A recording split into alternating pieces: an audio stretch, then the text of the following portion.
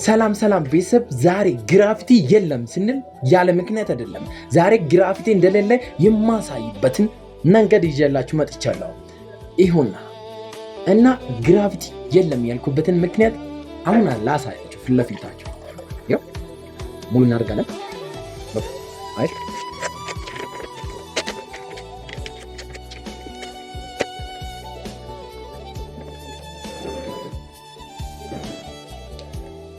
አሁን ግራቪቲ ደካማ እንደሆነ ወይ ግራቪቲ እንደሌለ ላሳያችሁ ነው ማለት ነው። ይህንን በየቤታችሁ መሞከር ትችላለች። አሁን እዚህ እንደዚህ ይደረጋል።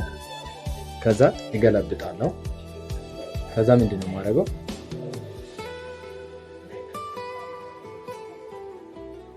የት ነው ግራቪቲ ያለው? የት ነው ግራቪቲ ያለው? እስቲ ግራቪቲን አሳዩ። የቱ ጋር ነው ግራቪቲ ያለው?